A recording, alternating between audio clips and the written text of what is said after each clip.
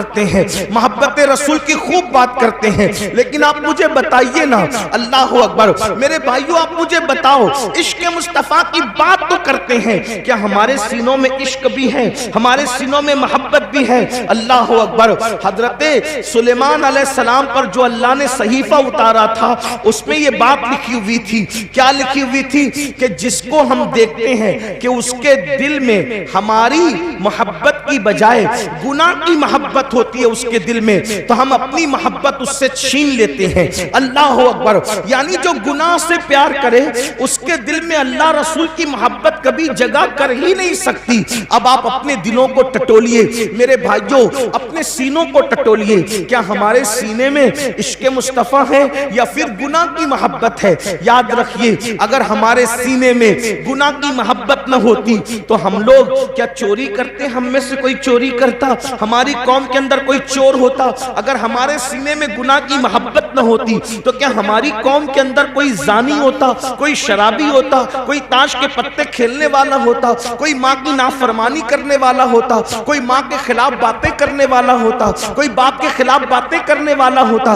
دیکھو آج کے نوجوان عشق مصطفیٰ کی بات بھی کرتے ہیں. جب میرے جوان کہتے ہیں اللہ اکبر غلامی رسول میں موت بھی قبول ہے, ہم کہتے ہیں میرے بھائی ابھی موت کی اور مرنے کی ضرورت نہیں ہے, نبی کی غلامی میں ابھی مرنے کی ضرورت نہیں ہے, ابھی نبی کی غلامی میں صرف زندگی گزار دو, یہ بڑی بات ہے. آپ مجھے بتائیں, جو قوم نبی کی غلامی میں زندہ نہیں رہ سکتی وہ قوم نبی کی غلامی میں موت کیا قبول کر سکتی ہے؟ میرے بھائی داڑھی رکھنے تو تجھے شرم آتی ہے, اور کرتا پاجامہ پہننے تو تجھے شرم آتی ہے, اور ٹوپی پہننے تو تجھے شرم آتی ہے, مسجد میں جانے کو تو تیرا دل نہیں چاہتا, تو جو نبی کے عشق میں نبی کی محبت میں زندگی نہیں گزار سکتا وہ نبی کی محبت میں مر کیا سکتا ہے؟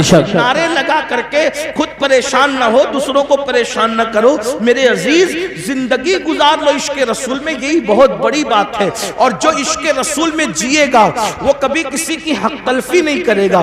آپ بار بار ساری باتیں سنتے ہیں لیکن بھول کیوں جاتے ہیں؟ دیکھیے عشق و محبت کے اندر ایک نام ہے حضرت سیدنا اویس قرنی کا, ہم ان کو عشق و محبت کا امام کہتے ہیں. میں واقعہ نہیں بیان کروں گا, صرف اشارہ دوں گا. تفصیل کے ساتھ میں حضرت اویس قرنی کی زندگی کبھی پڑھ چکا ہوں, لیکن آپ سے پوچھتا ہوں اندازہ فرمائے اویس قرنی کے لیے ایک طرف دیدار رسول ہے, یعنی حضور کا دیدار ہے, اور دوسری طرف ماں کی خدمت ہے. اویس قرنی نے حضور کا دیدار نہیں کیا بلکہ ماں کی خدمت کی, کیونکہ حضرت اویس جانتے تھے کہ دیدار کے بغیر بھی کوئی عاشق ہو سکتا ہے, دیدار کے بغیر بھی کوئی عاشق ہو سکتا ہے, لیکن نافرمان ہو کر کوئی سچا عاشق نہیں ہو سکتا. اس لیے آپ نے ماں کی خدمت کو ترجیح دی. جب ماں کی خدمت کو ترجیح دی تو صلہ کیا ملا؟ صلہ یہ ملا کہ اللہ کے رسول اپنا نمائندہ بھیج کر اویس کے پاس کہلواتے ہیں کہ اویس سے کہنا کہ وہ میری امت کے لیے مغفرت کی دعا کرے. جانے دعا جس سے دعا کروا رہے ہیں وہ اویس قرنی ہے, اور امت کو حضرت اویس قرنی کی شان بتا رہے ہیں. کیوں؟ اور پھر پوچھا گیا اویس قرنی کو یہ مرتبہ کیوں ملا؟ تو فرمایا ماں کی خدمت کی وجہ سے. آج عاشق رسول کہلانے والے میرے بھائی مجھے بتائیں کتنے لوگ ماں کی خدمت کرتے ہیں؟ اپنے آپ میں ڈوب کے سوچو, کتنے لوگ ماں کی خدمت کرتے ہیں, کتنے لوگ اپنے ابا کی خدمت کرتے ہیں؟ بہت معذرت, اگر علماء سادات مقرروں کے ہاتھ چومنے کی بات آئے تو پورا مجمع دوڑے, ایک دوسرے کو دھکا دے, مار پیٹ کرے, سب کرے, لیکن جس جذبات کے ساتھ تم مقرروں کے ہاتھ چومتے ہو اسی جذبات کے ساتھ کیا تم اپنی ماں کا اور اپنے باپ کے بھی ہاتھ چومتے ہو؟ باتیں کڑوی ہے, لیکن ایک بات یاد رکھنا, کسی بھی مقرر کے پیروں کے نیچے تمہاری جنت نہیں ہے. بے شک, کتنا بھی بڑا مقرر ہو, کتنا بھی بڑا مقرر ہو, کتنے بھی بڑے ٹائٹل کے ساتھ ہے, کتنا بھی کامیاب مقرر ہو, کتنا بھی بڑا پیر صاحب, کتنا بھی بڑا عالم صاحب, کتنا بھی بڑا خطیب, کتنا بھی بڑا ادیب, بتاؤ کیا حدیث ہے ان کے لیے کہ ان کے پیروں کے نیچے تمہاری جنت ہے؟ تمہاری جنت کہاں ہے؟ تمہاری ماؤں کے قدموں میں. اس کو تو بڈھی کہتے ہیں, ان کو تو ڈوکری ڈوکرا کہتے ہو.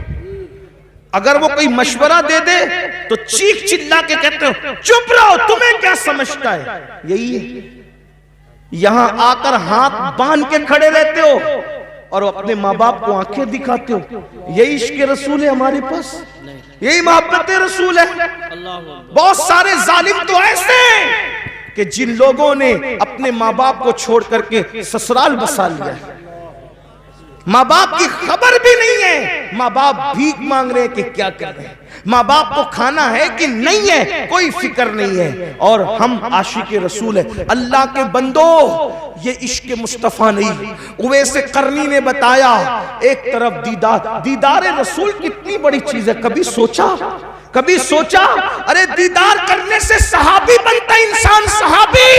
مگر حضرت اویس قرنی نے ماں کے کہنے پہ دیدار رسول کو نہیں گئے ماں کے کہنے پہ، اور ہمیں بتایا ایک وفادار عاشق کیا ہوتا ہے۔ اور آج ہم ماں باپ کو دوا کے پیسے دینے کے لیے بھی ان کو ترساتے ہیں، ان کو تڑپاتے ہیں، انہیں بے چین کرتے ہیں۔ آقا علیہ السلام نے فرمایا اگر تیرے ماں باپ تجھ سے ناراض ہے تو اللہ تیری نمازیں بھی رد کر دے گا، اللہ تیری عبادتیں بھی رد کر دے گا۔ میرے بھائیوں کہاں ہو؟ توبہ کرو، سچے مسلمان بنو۔ صرف نعرے ہمیں انقلاب نہیں لا سکتے، صرف نعرے ہمیں بدل نہیں سکتے۔ آپ کو میں کہتا ہوں اے گرد و نواح سے آنے والے مسلمانوں، جذباتی نہ بنو۔ حالات کا مقابلہ کرنا ہے تو عمل کے میدان سے کرو، مسجدوں کو آباد کرو، ماں باپ کے فرما بردار بنو، حلال رزق کو، روزی کو لازم پکڑو، عبادت کرو، اللہ کی بارگاہ میں گڑ گڑاؤ، اپنے گناہوں سے توبہ کرو، رب کی بارگاہ میں رجوع کرو، ایک سچے عاشق کی طرح بنو۔ آئیے بات کو اختتام کی طرف پہنچاتے ہوئے، جب دل میں عشق آتا ہے تو گناہ کی نفرت کیسے پیدا ہوتی ہے؟ جب دل میں محبت رسول آتی ہے تو گناہ کی نفرت کیسے پیدا ہوتی ہے؟ ہزاروں واقعات تاریخ میں موجود ہے۔ دنیا ہمیں عشق رسول کی طرف کیوں آنے نہیں دینا چاہتی؟ اس لیے کہ دنیا جانتی ہے جس دن یہ عاشق بنے گا اس دن یہ ہر گناہ سے چھٹکارا پائے گا، اس دن یہ ہر گناہ سے اپنے آپ کو دور کر لے گا، اس دن یہ ہر برائی سے اپنے آپ کو دور کر لے گا۔ اللہ اکبر۔ عاشق بنے گا تو اس کو پتا چلے گا نماز میں میرے محبوب کی آنکھوں کی ٹھنڈک ہے تو وہ نماز بھی پڑھے گا۔ حرام کھاؤں گا حضور کے دل کو تکلیف پہنچے گی تو وہ حرام سے بھی باز رہے گا۔ اللہ اکبر۔ جھوٹ بولوں گا تو حضور کے دل کو تکلیف پہنچے گی، وہ جھوٹ سے بھی باز رہے گا۔ آئیے جو تاریخ کا بڑا خوبصورت سا واقعہ ہے وہ پیش کر کے اپنی بات پوری کر لوں۔ کس طریقے سے بدلتا ہے عاشق، بس عشق پیدا ہو جائے، کس طرح سے تبدیل ہوتا ہے، کس طرح سے اس کی زندگی میں انقلاب آتا ہے، کس طرح سے اس کی زندگی بدلتی ہے۔ اللہ اکبر۔ کہتے ہیں مکہ المکرمہ میں ایک جوان تھا، اس جوان کو دنیا فضالہ کے نام سے پکارتی تھی۔ فضالہ نام کا وہ جوان، اللہ اکبر، بڑا ہسمکھ تھا، ہسمکھ اس کی عادت تھی، ہنسی مذاق اس کی عادت تھی، اور وہ لوگوں سے دل لگی کرتا رہتا تھا، ہنسی مذاق کرتا رہتا تھا۔ اور اللہ اکبر، اس کا حال یہ تھا کہ ایک لڑکی مکے میں بڑی خوبصورت تھی، اس کا دل اس لڑکی سے لگ گیا تھا، اور جوانی تھی، جوانی کا شباب تھا، جوانی کا جوبن تھا، اس نے لڑکی سے پیار کر لیا، محبت کر لیا، اور لڑکی کے عشق میں وہ مبتلا ہو گیا۔ جب لڑکی کے عشق میں مبتلا ہوا تو اس کی عادت تھی وہ روزانہ ایک مرتبہ دن میں کعبۃ اللہ کے طواف کو جاتا تھا، اور پھر اس کی عادت یہ تھی جاتے وقت بھی وہ اس لڑکی کے ساتھ بیٹھ کر ہنسی مذاق کرتا تھا، اور آتے وقت بھی اس لڑکی کے ساتھ وہ ہنسی مذاق کرتا تھا۔ اللہ اکبر۔ ایک دن فضالہ کا مقدر عروج پر تھا، اوج پر اس کا مقدر تھا، جاتے وقت خوب ہنسی مذاق ہوئی، دیوار شکن کے کہے لگے، اور اس کے بعد جیسے ہی فضالہ نام کے اس جوان نے حرم کعبہ میں قدم رکھا، مطاف حرم میں قدم رکھا، تو اس نے کیا دیکھا؟ ایک خوبصورت جوان ہے جو پورے انہماک کے ساتھ، خشوع و خضوع کے ساتھ سر کو جھکا کر طواف کعبہ میں مصروف ہے۔ فضالہ نے غور سے دیکھا تو غور سے دیکھنے کے بعد سمجھ میں آیا یہ کوئی اور نہیں ہے، یہ تو محمد الرسول اللہ ہے، یہ تو مصطفیٰ جان رحمت ہے۔ اتنا دیکھنے کے بعد اس کے دل میں خیال آیا کہ اللہ اکبر، یہ اکیلے کعبے کا طواف کر رہے ہیں اور کوئی نہیں دیکھ رہا ہے،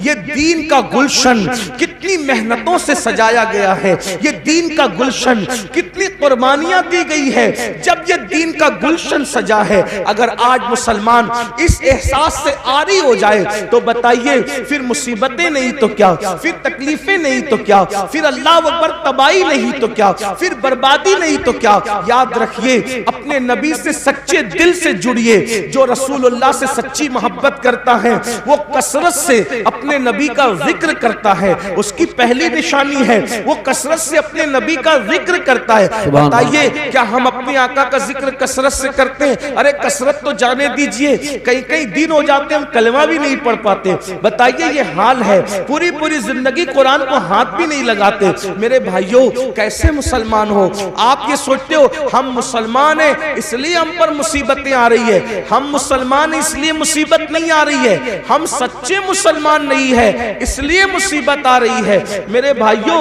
ہمیں جیل بھرنے کی تحریکیں شروع کرنے کی ضرورت اس لیے پیش آ رہی ہے کہ ہم نے مسجدیں بھرنے کی کوشش نہیں کی۔ اگر ہم نے مسجدیں بھرنے کی کوشش کی ہوتی تو ہمیں یہ دن دیکھنے ہی نہیں پڑتے، اگر ہم نے مسجدیں بھر دی ہوتی تو ہمیں یہ دن دیکھنے ہی نہیں پڑتے۔ اللہ اکبر، سوچئے غور کیجئے، ہم ساری چیزوں کا معاملہ اسلام کے سر ڈالتے ہیں کہ تکلیف ہے تو اسلام کی وجہ سے، مصیبت ہے تو اسلام کی وجہ سے، تکلیفیں تو اسلام کی وجہ سے نہیں، اپنے کردار کی وجہ سے ساری مصیبتیں ہیں۔ اسلام تو آپ کو عزت دینے آیا تھا، اسلام نے کسی کو ذلیل نہیں کیا، اسلام تو عزت دینے آیا تھا، اسلام تو وقار دینے آیا تھا، اسلام تو شان دینے آیا تھا۔ ایک نام بتا دو، بس بات ختم کرتے ہوئے کہہ رہا ہوں، اس مجمع میں اگر کوئی تاریخ کا طالب علم ہے، کوئی پڑھا لکھا ہے تو میں اس کو چیلنج کرتا ہوں، مجمع کو نہیں پوری دنیا کو چیلنج کرتا ہوں، ایک نام ایسا بتا دو جو سچا مسلمان ہوا ہو اور اسلام کی وجہ سے وہ ذلیل ہو گیا ہو۔ ایک نام مجھے بتاؤ، صرف ایک نام مجھے بتاؤ جو اسلام کی وجہ سے ذلیل ہوا ہو۔ اللہ اکبر، آپ تو بڑے مشہور واقعات سننے کے عادی ہیں نا، آپ کو بہت سارے واقعات یاد ہیں نا، مجھے بتاؤ اسلام کا دامن پکڑ کر اسلام کی وجہ سے کوئی ذلیل ہوا ہو تو بتا دو۔ اسلام کی وجہ سے کوئی ذلیل نہیں ہوا۔ اگر اسلام کی وجہ سے کوئی ذلیل ہوتا تو پہلے نمبر پر مسلمان ہونے والے ابو بکر صدیق ذلیل ہوتے، لیکن وہ ذلیل نہیں ہوئے، ان کو کتنی عزت ملی۔ اگر وہ ٹاٹ پہن لے تو جبریل بھی ٹاٹ پہنتے نظر آتے اور آسمان کے فرشتے ٹاٹ پہنتے نظر آتے۔ اگر اسلام کی وجہ سے کوئی ذلیل ہوتا تو عمر ابن خطاب ذلیل ہونا چاہیے تھا، عثمان غنی کو ذلت ملنی چاہیے تھی، مولا علی کو ذلت ملنی چاہیے تھی، مگر تاریخ گواہ ہے ان میں سے کسی کو ذلت نہیں ملی۔ جب انہوں نے اسلام کا دامن پکڑا اللہ نے ان کو ایسی عزت عطا فرمائی کہ اللہ اکبر، عرب کے بوریا نشین قیصر و کسریٰ کے تاجدار بنتے ہوئے نظر آئے۔ تو پتا چلا آپ کی ہماری سوچ کیا پتہ ہے؟ کپڑے سے عزت ملتی ہے، موبائل سے عزت ملتی ہے، اور اس کے بعد اچھی بائک سے عزت ملتی ہے، اور شیونگ کرانے سے عزت ملتی ہے۔ یہ سب بھوت سوار ہے اس لیے ذلیل ہو رہے ہو، لیکن یاد رکھنا عزت صرف اسلام سے ملتی ہے۔ اگر آپ اجازت دیں تو تاریخ کا ایک خوبصورت واقعہ پڑھ کے بات پوری کر لوں۔ عزت اسلام کپڑوں سے نہیں، عزت اسلام سے ملتی۔ آپ نے سنا ہے، بہت بار سنا ہے، سن لے اس کو، کیا تاریخ ہے۔ جب بیت المقدس فتح کرنے کے لیے لشکر اسلام پہنچا تو وہاں کے راہب نے کہا کہ ہم تمہارے امیر کو چابیاں دیں گے، بلاؤ تمہارے امیر۔ المختصر یہ کہ فاروق اعظم کو خط لکھا۔ جب فاروق اعظم کو خط لکھا تو فاروق اعظم کے پاس صرف ایک ہی اونٹنی تھی، ایک اونٹنی تھی، اور مسلمانوں کا امیر ایک ملک سے دوسرے ملک کا سفر کر رہا ہے، امیر المومنین، نہ کوئی فوج ہے، نہ کوئی ہٹو بچو والا معاملہ ہے، کچھ نہیں، اکیلا امیر سفر کر رہا ہے اور ساتھ میں غلام ہے، خود کی ایک ہی اونٹنی ہے اور ایک اونٹنی کے ساتھ سفر ہو رہا ہے۔ پھر کیا ہوا؟ اللہ اکبر، اور پھر کس شان سے سفر ہوا. آپ نے فرمایا اپنے غلام سے دیکھو تھوڑی دیر میں بیٹھوں گا, تھوڑی دیر تم بیٹھو گے. اور اللہ اکبر, دنیا نے یہ تاریخ کے اندر یہ اوراق گواہ ہیں, دنیا نے یہ موقع بھی دیکھا کہ امیر المومنین اپنے غلام کو اٹھنی پہ بٹھا کر خود اللہ پیدل چلتے نظر آئے. اور اللہ کی شان یہ, جس وقت تو منزل پر پہنچے تو باری غلام کی تھی اور سیدنا فاروق اعظم نکیل پکڑ کر کے چل رہے تھے. اور حالت یہ تھی اس وقت امیر المومنین کے بدن پر جو جبہ تھا اس پہ پیون لگا ہوا تھا, اور جو موزے پہنے تھے وہ ایڑی کے پاس سے پھٹے ہوئے تھے. جس وقت نالا آیا آپ نے سوچا پھٹے ہوئے موزوں میں پانی بھر نہ جائے, تو موزے اتار کر آپ نے گردن پہ ڈال لیے. اور اس کے بعد جب نکلے تو حضرت خالد ابن ولید اور ابو عبیدہ ابن الجراح کان میں باتیں کر رہے تھے. امیر المومنین یہ کیا کر رہے ہیں؟ ارے موزے پیر میں تھے تو پھٹا پن چھپا ہوا تھا. اتنے لوگ استقبال کے لیے آئے ہیں, مسلم بھی ہے, غیر مسلم بھی ہے, یہودی بھی ہے, عیسائی بھی ہے, مشرک بھی ہے, سب دیکھنے آئے کہ مسلمانوں کا امیر کیسا ہے. اور انہوں نے پھٹے ہوئے موزے کندھے پہ ڈال لیے, غلام کو بٹھا دیا. لوگ استقبال کرنے کے لیے آگے بڑھے. ان کو یوں لگا کہ جو نکیل پکڑ کے چل رہا ہے وہ غلام ہے اور جو سواری پہ بیٹھا ہے وہ امام ہے. لیکن جب استقبال کے لیے لوگ آگے بڑھے جو نہیں پہچانتے تھے تو خالد ابن ولید اور ابو عبیدہ ابن الجراح نے کہا وہ آقا نہیں ہے ہمارا, یہ ہمارا امیر تو یہ ہے جو نکیل پکڑ کے چل رہا تھا. تو لوگوں نے پوچھا اس کو کیا ہو گیا, تو تب بتایا گیا ان کی ملکیت میں ایک ہی اٹھنی تھی اور غلام کو ساتھ لائے. تو انصاف کا تقاضا یہ تھا کہ جتنی دیر یہ بیٹھیں گے اتنی دیر غلام بھی بیٹھے گا, اور جتنی دیر غلام پیدل چلے گا اتنی دیر یہ پیدل چلیں گے. اور باری اس کی تھی, اللہ اکبر, چپکے سے کسی جوان نے کان میں کہا امیر المومنین اتنے لوگ استقبال کے لیے آئے ہیں, پیون والا جبہ پہنا ہے, پھٹا ہوا موزہ کندھے پہ ڈال لیا ہے, آپ نے کیا کیا؟ تو آپ نے غصے میں کنکر اٹھائے اور اٹھا کر کے ان پہ مارتے ہوئے فرمایا کہ حضور علیہ السلام کے پردہ فرمانے کو ابھی ایک صدی بھی نہیں بیتی اور تم اتنی جلدی تمہاری سوچ بدل گئی, اتنی جلدی تمہاری فکر بدل گئی, اتنی جلدی